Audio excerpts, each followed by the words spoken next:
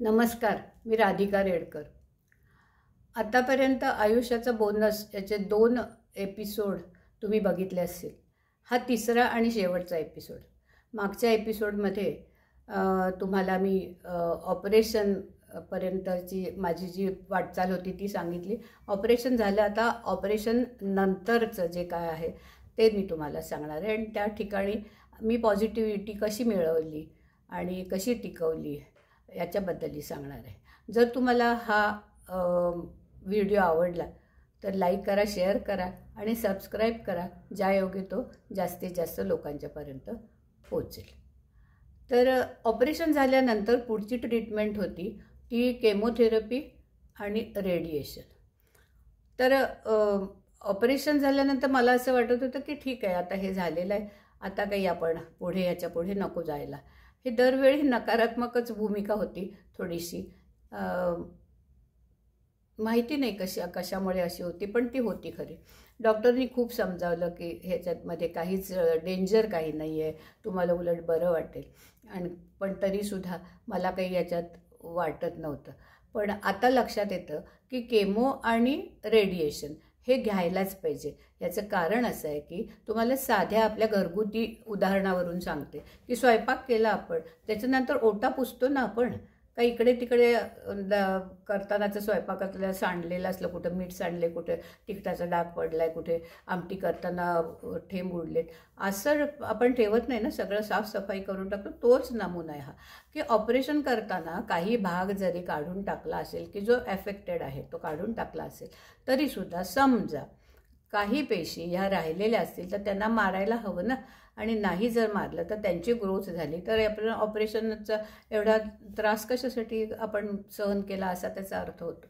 तर त्यामुळे हे करायलाच पाहिजे. हे मला तेव्हा समजत नव्हतं. आणखीन नको आता पुरे झालं असं थकले होते मी, थोडक्यात थकवा आलेला होता. तर त्यामुळे नको असं वाटत होतं. डॉक्टरांनी पुष्कळ समजावलं, पण माझा नकार बघून त्यांनी अतिशय निराश चेहऱ्याने मला सांगितलं की असं बघा, मी तुमच्यावर काही फोर्स करत नाही, तुम्ही घरी जाऊन विचार करा, आणखीन पॉझिटिव्ह मला उत्तर मिळेल अशा रीतीने विचार करा, असं त्यांनी म्हटलं. तरी मी वर देखल्या होय होय असं म्हटलं, पण तरीसुद्धा माझं मन काही मानत नव्हतं. आणि एके दिवशी, म्हणजे फार दिवस नव्हते झाले, या 2 दिवसातच असलेली गोष्ट, की माझ्या मनात एक पूर्वीचा मी तरुण असतानाचा प्रसंग माझ्या मनामध्ये आला. आणि तो असा की मी कॉलेजात असताना कॉलेजकडून युनिव्हर्सिटीकडून खो खो खेळत होते नॅशनल लेवलपर्यंत. तर तशी आमची मॅच होती मी लास्ट इयरला असताना. आणखीन आमची टीम ही दुसरी ज्या टीमबरोबर खेळणार होती ती त्यावेळेला अतिशय 1 नंबरची टीम होती. त्यामुळे खेळायचं, बहुधा आपण हरणार आहोत असं म्हणून, पण आपण त्यांना चांगली फाईट द्यायची असं आम्ही ठरवलेलं होतं. पण आमच्या कॅप्टनच्या मनात काहीतरी वेगळंच होतं हे आम्हाला त्या दिवशी कळलं. म्हणजे असं झालं की मॅच सुरू झाली, त्यांची टीम आम्हाला पकडणार होती, त्यामुळे त्यांनी जागा घेतली. आम्ही तिघीजणी पहिल्या फेरीमधल्या गेलो ग्राउंडमध्ये, विसल वाजली आणि त्यांनी आम्हाला पकडायला यायला सुरुवात केली. सुरुवात केल्यानंतर आमची कॅप्टन जी होती ती तशीच उभी राहिली. तिला त्या मुलीने आऊट केलं. तिने हात दिला आणि तिथल्या अंपायर्सना सांगितलं की आम्ही काही ही मॅच खेळणार नाही आहोत म्हणून.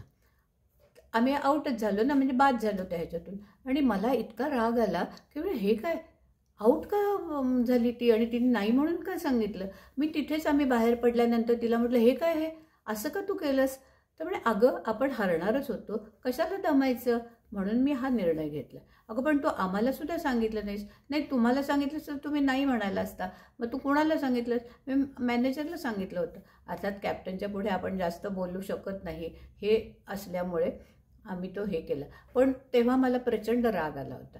ही मला घटना कशी आठवली काय माहिती नाही मला, पण ती आठवली खरी. आणि मग मी म्हटलं, आपण काय करताय आता, तेच करताय ना. तुम्हाला मॅच खेळायची ती, हरणार असं धरूनच नाही म्हणून सांगताय तुम्ही, तर हे बरोबर आहे का. आणि माझं मन खाडकन जागं झालं. म्हटलं, हे बरोबर आहे. आपण तेव्हा चिडलो होतो कारण ती साधी मॅच दिसली होती. आता आपण असं का म्हणतो की आपण हरणारच आहोत. फाईट देऊन बघायला तर पाहिजे ना आपण.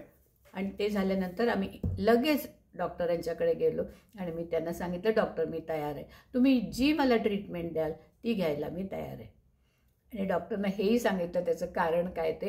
म्हटलं तुमचा त्या दिवशी असा निराश झालेला की ह्या बाई इतक्या बऱ्या झालेल्या आहेत, एवढ्या संकटातून बाहेर आलेल्या आहेत, आणखीन तरीसुद्धा ह्या नाही म्हणतायत, तेव्हा तुम्हाला इतकं वाईट वाटलेलं होतं. त्याच्यातून मला तुमची पेशंटच्या बद्दलची आस्था कळली आणि म्हटलं नाही, आपण यांना चांगला रिस्पॉन्सच दिला पाहिजे. आणि दुसरं म्हणजे मलाही आठवलेलं आमच्या मॅचच्या बाबतीतलं की त्यावेळेला जर मी मॅच खेळायला नकार देणाऱ्या मैत्रिणीबरोबर भांडले तर आज मला हक्क नाही आहे ना की मी आता हे करणार असं म्हणायचं नाही, मी भाग घेत. म्हणजे तसंच झालं ते. आणि त्याच्यानंतर मी ट्रीटमेंट घेतली, म्हणजे केमो घेतली आणि 13 केमो घेतल्या आणि 26-28 मला वाटतं या हे घेतल्या. निश्चित आकडा आत्ता मी सांगू शकत नाही. रेडिएशन्स घेतले. पण झालं होतं असं की केमो घ्यायला सुरुवात केल्यानंतर दुसरी जी केमो झाली त्याची मला रिॲक्शन आली. आता ही रिॲक्शन आली ती 100त दोघांना येऊ शकते, त्यातल्या 2त आम्ही होतो, त्यामुळे मला ती रिॲक्शन आली. रिॲक्शन आल्यानंतर परत त्याची ट्रीटमेंट झाली, मी बाहेर आले. आता परत सगळा जो काय आणला होता उत्साह तो गेला. डॉक्टर नको, आता नको आहे मला, बास झालं, आता मला हे नाही. तर त्यावेळी परत तीच पुनरावृत्ती होऊन मी ठरवलं की आपण जायचं, डॉक्टरांच्या म्हणण्याला मान्यता देऊन आपण आपल्या सर्व शक्तीनिशी लढायचं.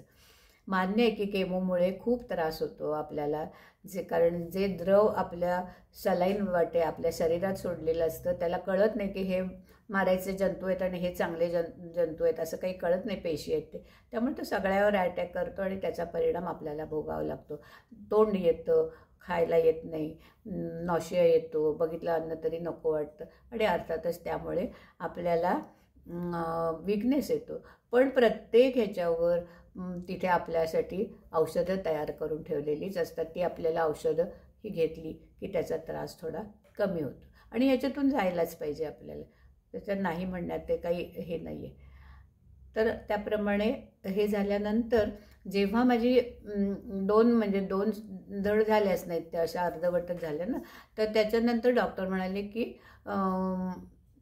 तुम्हाला खूप विकनेस आला आहे. आणि त्या विकनेसचं दुसरंही एक कारण असं झालं होतं की घर बसल्या मला तो नंतरचा माइल्ड कोरोना होता ना, तो येऊन गेलेला होता, त्यामुळे ही शक्ती खूप झाली होती, इम्युनिटी कमी होते ना आपली. त्यामुळे डॉक्टर काय म्हणाले की आता आपण असं करूयात की आपण रेडिएशन आधी घेऊयात, आणखीन त्यानंतर आपण परत गोळ्याच्या थ्रू तुम्हाला देऊया, सलाईन न लावता.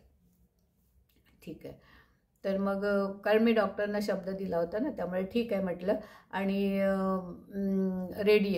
रेडिएशन म्हणजे बऱ्याच जणांचा असा गैरसमज असतो की किरण आपल्याला सोडतात आपल्या अंगावर, म्हणजे आपल्याला भाजत असणार, बहुतेक त्रास होत असणार. तर तसं काही होत नाही. ज्या भागाला आपल्याला रेडिएशन द्यायचं असतं तिथे एक काय म्हणतात मोल्ड असा करून तो त्या ठिकाणी आपल्याला हे केला जातो. माझ्या पोटाच्या ह्याच्यावर असल्यामुळे इथपासून इथपर्यंत असा तो होता, तो पट्ट्याने बांधतात, आपण निवांत पडून राहायचं आणि ते काही यंत्र फिरतं आणि आपल्याला थोडा वेळ श्वास घ्या रोखून म्हणतं, ते डॉक्टर पलीकडून सांगत असतात. श्वास रोखून घेतलं की ते हार्डली 8 ते 10 मिनटामध्ये हा सगळा काम होऊन जातो. आपलं काम फक्त तिथे पडून राहायचं. तर याप्रमाणे रेडिएशन झालं आणि नंतर परत मला गोळ्याच्या थ्रू हे केमो माझी सुरू झाली. त्याच्यातही सुरुवातीच्या गोळ्या मला परत त्या मला सूट होईनात, म्हणून डॉक्टरने आणखी कमी पोटेन्सीच्या गोळ्या देऊन माझी ती ट्रीटमेंट पूर्ण झाली. ती ट्रीटमेंट झाल्यानंतर काही दिवसांनी पेट स्कॅन करून घेतलं. आणखीन हे 6-6 महिन्याच्या अंतराने अशी 4 माझी पेट स्कॅन झाली. आता मला काहीही ट्रीटमेंट नाही आहे. आणखीन मी माझा जो विकनेस होता तो हळूहळू गेला आणि मी आता परमेश्वर कृपेने आणि डॉक्टरांच्या मोठ्या ज्ञानाच्या द्वारे मी आता व्यवस्थित आहे. या सगळ्या प्रोसिजरमध्ये मुख्य काय पाहिजे तर आपली पॉझिटिव्हिटी. आणि ती पॉझिटिव्हिटी आपल्या आजूबाजूचे तर आपल्याला देतच असतात, ते काय डिप्रेस नसतात का, असतात, पण ते आपल्यापुढे कधीही दाखवत नाहीत आणि देत राहतात. पण आपण कशी म्हणजे मी कशी पॉझिटिव्हिटी टिकवली ते सांगते. मी आधी पहिलं काम असं केलं की माझं जेव्हा ऑपरेशन झालं व्हायच्या आधी माझं टॉन्सिलचं ऑपरेशन आहे असं सगळ्या मैत्रिणींना सांगितलं. माझं टॉन्सिलचं ऑपरेशन आहे, त्यामुळे मी आता व्हॉट्सअपच्या कट्ट्यावर असणार नाही काही दिवस, आणखीन नंतर मी तुम्हाला व्हॉट्सअप करते. जेव्हा ऑपरेशन होऊन मी घरी आले तेव्हा मी त्यांना सांगितलं की माझं कॅन्सरचं ऑपरेशन झालं आहे आणि मी आता ऑपरेशन करून घरी आलेले आहे, पुढची ट्रीटमेंट माझी सुरू व्हायची, पण मी व्यवस्थित आहे. ह्याचं कारण असं का खोटं बोलले? कारण कॅन्सर असं म्हटलं ना की माणूस हबकून जातो, आणि दुसऱ्याला आहे म्हटलं की, आपल्या प्रिय व्यक्तीला आहे म्हटलं की तो माणूस आपलं दुःख रोखू शकत नाही, आणि तो काही बोलला तर तो पेशंट आधीच चंद्रबळ आणलेला असतं, तो आपल्याला आवरू शकत नाही, तो पण डिप्रेस होऊ शकतो. म्हणून पहिला मार्ग मी मैत्रिणींना सांगितलं, तुम्ही मला कोणीही फोन करू नकात, मी तुम्हाला फोन करत जाईन जेव्हा मला गरज असते जसे. आणि माझ्या सगळ्या मैत्रिणींनी ते पाळलं. त्यांनी कधीही मला फोन केला नाही, पण मी ज्या ज्या वेळेला त्यांना फोन केला मला खूप डिप्रेस्ड वाटलं किंवा काय, त्या वेळेला वेगवेगळ्या काहीतरी गोष्टी सांगून त्यांनी मन रिझवलं आणि मला आधार दिला. घरातली मंडळी तर प्रश्नच नाही. माझी मुलगा, मुलगी, सून यांनी म्हणजे खरोखर मला कौतुकास्पद वाटतं की त्यांनी इतकी छान प्रत्येक वेळी पॉझिटिव्हिटी दिली मला. सतत बूस्टिंग, हे करायचं आहे बरं का तुला, असं म्हणून मला ढकलत राहिले. आणि त्याचा परिणाम असा झाला, तुम्हाला एक गंमत सांगते की ऑपरेशन झाल्यानंतर 1-2 दिवस तर मला नाकात नळ्या होत्या, त्यामुळे काही हे नव्हतं उठायचा प्रश्न. पण 2-3 दिवसानंतर एकदा माझा मुलगा त्यावेळी ऑन ड्युटी होता, या मुली घरचं सगळं सांभाळून मला हे करायला यायचे. एकदा सून यायची, एकदा मुलगी यायची आणि एकदा मुलगा यायचा. त्यावेळी माझ्याबरोबर मुलगा होता. आई चल आपल्याला फिरायचे. मला आहे कुठे शक्ती बाबा. तो म्हणाले नाही तुला जमणार आहे चल. असं म्हणून म्हटलं एक थोडा वेळ दे मला. बसले थोडा वेळ, दीर्घ श्वास घेतला, म्हटलं चल. मला वॉकर शिवाय चालता येत नव्हतं आणि सलाईन चालू होतं. म्हटलं हे सगळं घेऊन कसं जायचं. चल तू मी दाखवतो तुला. त्यांनी सलाईनची बाटली हातामध्ये घेतली, मी वॉकर घेतला आणि पहिल्यांदा खोलीच्या बाहेर स्वतःच्या पायाने मी चालत कॉरिडॉरमधून निघाले. तिथल्या नर्सेस, तिथून जाणारे पेशंट्स, तिथले त्यांचे नातेवाईक यांची काही मी फिकीर केली नाही. मला चालायचं आहे आणि मला चाललंच पाहिजे हा एकच विचार करून मी दमदार पावलं टाकत चालत गेले. या टोकापासून त्या टोकापर्यंत तिथे बसले. जाणारे येणारे बघून कौतुकाने हसत होते. तर अशी पॉझिटिव्हिटी मी मिळवली की नाही मला हे करायचं आहे आणि मला हे केलंच पाहिजे. आणि त्यामुळे मला खूप फायदा झाला. दुसरं असं झालं की हे तर होतंच, त्रास होतच होता, पण ट्रीटमेंट घेताना मला सारखं ना कसा तो रिप व्हॅन विंकल एकदा झोपला होता म्हणे, आणखी 40 वर्षांनी जागा झाला आणि त्याला जेव्हा ते सगळं शहरामध्ये सगळं वेगळंच दिसायला लागलं तसं झालं. हे काही मेडिकल सायन्स कुठे गेलेलं आहे हे आपल्याला कळायचं काय. आम्ही तरी घर आणखीन याच्याशिवाय काय बघतो. पण तिथे गेल्यानंतर साधं ECG काढायचं प्रकार वेगळा, दुसरं काही करायचं असलं तर त्यांची औषधं वेगळी, त्यांची ट्रीटमेंट वेगळी. हे बघून मला थक्क व्हायला व्हायचं. त्या प्रत्येक ठिकाणी अरे हे असं असतं, अरे हे अगो बाई हे वेगळंच आहे काहीतरी, असं मी त्याच्यातलं बघून मला त्याच्यातला आनंद घेतला मी की एक म्हणजे प्रत्येक वेळी काहीतरी वेगळं थक्क व्हायला व्हायचं. तर ते झालं. म्हणजे तुम्हाला एक साधी गोष्ट सांगते की जेव्हा मी तुम्हाला म्हटलं की ते मला केमोमुळे मला जेव्हा त्याचा त्रास झाला तर तेव्हा त्याच्यानंतर आम्ही हार्टच्या डॉक्टरकडे गेले, कार्डिओलॉजिस्टकडे. त्यांनी सांगितलं, बघितल्यानंतर तपासलं, म्हणाले की चला आपण निदान तुमचं हृदयाचं पंपिंग कसं चालतं ते बघूया. त्यासाठी आम्ही दुसऱ्या हॉस्पिटलमध्ये गेलो. आणखीन तिथे ते बघत होते डॉक्टर. तर मी तुम्हाला सांगते त्या हृदयाच्या पंपिंगचा, रक्ताचा फ्लो होण्याचा आवाज ऐकून मला इतकं आश्चर्य वाटलं. अरे आपलं हे म्हणजे केवढं मिरॅकल आहे आपलं शरीर. म्हणजे इकडे टेन्शन तर होतं काय चाललंय त्याचं, पण ते टेन्शन कमी होण्यासाठी मला त्याचा हे झाला. म्हणजे मी अशा बारीक सारीक गोष्टीतून खूप आनंद घेतला म्हटलं तर हसाल तुम्ही. तसा आनंद नाही, पण काहीतरी नवं कळतंय आपल्याला. त्यामुळे सुद्धा मला लक्ष ह्याच्यातून बाजूला जायला, विचलित नाही व्हायला, बाजूला जायला खूप मदत झाली. त्यामुळे मला असं वाटतं की माझी ही कहाणी ऐकून तुम्हाला खरंच कधी तुम्हाला भीती वाटली असेल, कधी वाईट वाटलं असेल, कधी गंमत वाटली असेल आणि असाच माझा प्रवास झालेला आहे. तर तुम्ही शांतपणाने ऐकून घेतला त्याबद्दल धन्यवाद. माझ्या या तिन्ही याचा कोणाला एखाद्या जरी व्यक्तीला फायदा झाला, त्याच्यातून त्याला पॉझिटिव्हिटी मिळाली तरी मला खूप आनंद होईल. आणि तुम्ही म्हणून मी म्हटलं की लाईक करा, शेअर करा आणि सबस्क्राईब करा. आता याच्यानंतर आपण नॉर्मल हे सुरू करणार आहोत.